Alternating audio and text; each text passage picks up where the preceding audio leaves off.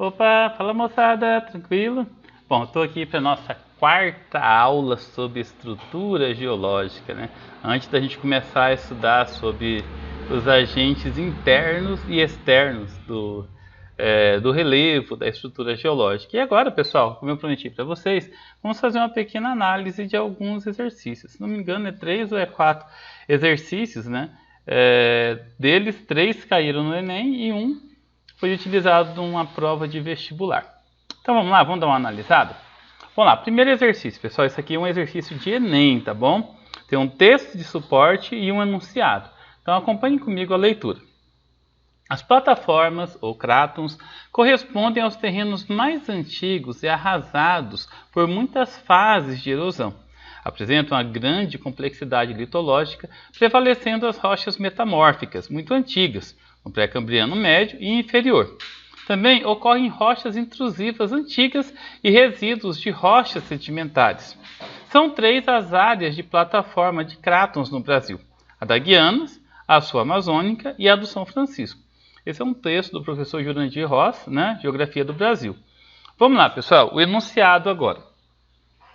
As regiões cratônicas das Guianas e a sul-americana têm como arcabouço geológico as vastas extensões de escudos cristalinos, ricos em minérios, que atraíram a ação de empresas nacionais e estrangeiras do setor de mineração e destacam-se pela sua história geológica Então vamos ver as alternativas, né?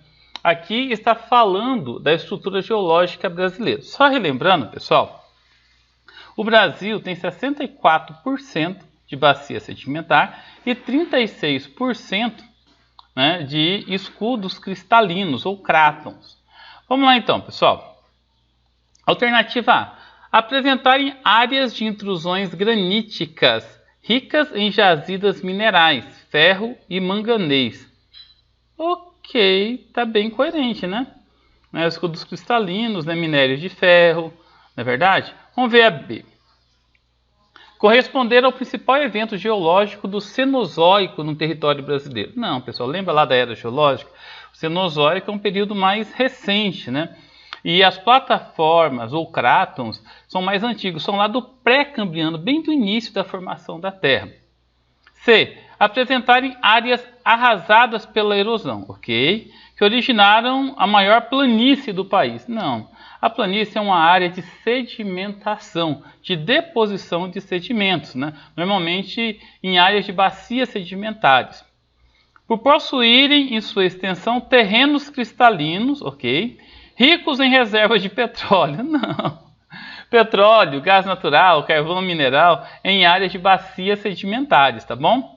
E por último, serem esculpidas pela ação do intemperismo físico, ok? Decorrente da variação de temperatura. Opa! Né? Pessoal, pode realmente, tem 2 aqui que vai deixar a gente com uma pulguinha atrás da orelha, não é verdade? Porque aí não está de tudo errado. Mas a questão faz referência, né, ao que pode ser achado no interior, né, das plataformas, né, dos crátons. E aqui, pessoal, as intrusões graníticas, os minerais metálicos respondem melhor esse enunciado. Bacana? Vamos lá, então. Isso aqui, se não me engano, é do Enem de 2012, né? Não sei se vocês se recordam dessa imagem. O esquema mostra depósitos em que aparecem fósseis de animais do período Jurássico. As rochas que se encontram esses fósseis são... Então vamos dar uma analisada, pessoal. Rochas magmáticas? Não, né? Rochas magmáticas não apresentam fósseis, ela fica lá no interior, não é verdade? B. Sedimentares? Ok, pois os restos podem ter sido soterrados e litificados com o restante dos sedimentos. Faz sentido, né? Vamos ver o restante. Magmáticas não, a gente já pode descartar. Sedimentares, já que cada uma das camadas encontradas na figura simboliza um evento de erosão dessa área representada. Cada uma das camadas, não. Na verdade, a rocha sedimentar, ela não tem como referência, na verdade, figurar, simbolizar uma determinada área. A ideia dela não é essa, não é a função dela. Metamórfica, pois os animais representados precisavam estar perto de locais quentes. Não. Metamórfica é quando duas ou mais rochas ou minérios, né, se fundem com outra rocha, formando uma terceira. Né? Então, a letra B aqui é a resposta aqui, né, é o gabarito, é o que responde o enunciado. Ok? Vamos lá, pessoal. Aqui eu coloquei o texto de suporte em um slide, o enunciado e as alternativas em outro, porque ele é muito grande, tá bom? Então acompanhe a leitura comigo. A Cordilheira dos Andes, que vai do sul do Chile até a Venezuela, nasceu de forma abrupta, entre 10 e 6 milhões de anos atrás, revela um estudo divulgado hoje pela revista Science. Na teoria mais antiga, os cientistas acreditavam que a Cordilheira dos Andes havia nascido há 40 milhões de anos.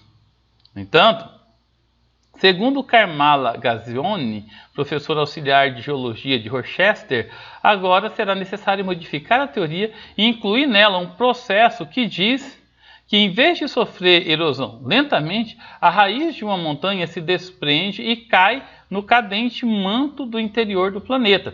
Segundo a teoria, livre desse peso, a montanha se ergue e, no caso dos Andes, esse levantamento foi de cerca de 4.000 metros em menos de 4 milhões de anos. Ou seja, algo bastante recente à luz da geologia, né?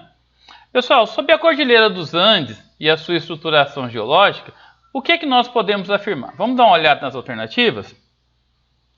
Letra A. É resultante das ações de um processo epirogenético responsável pela formação das principais bacias sedimentares, como os Alpes, o Himalaia e os próprios Andes. Gente, epirogênese, né? Aquele movimento de soerguimento ou de rebaixamento. Lembra lá do Graben, do Rostes, né?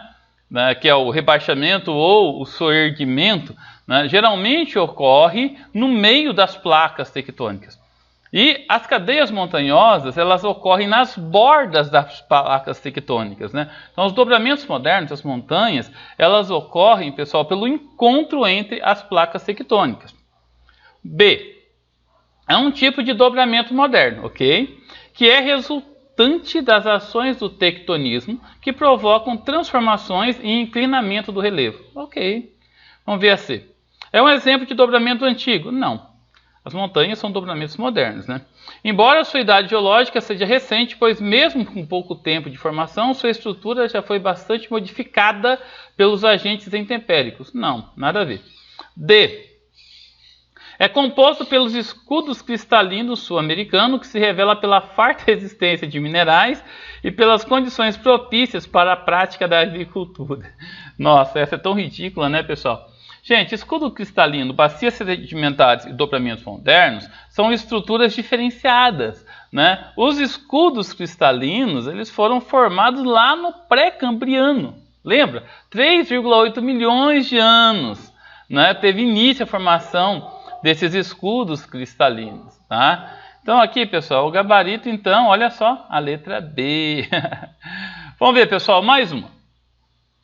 Os diferentes tipos de províncias geológicas revelam as diferentes feições do relevo, enquanto expressões das diferentes temporalidades que marcam o passado geológico do planeta vivo.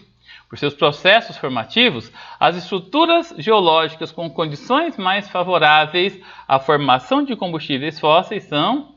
Essa é bem facinha, né? De todas as estruturas geológicas que nós estudamos, quais delas que são favoráveis aos combustíveis fósseis, né?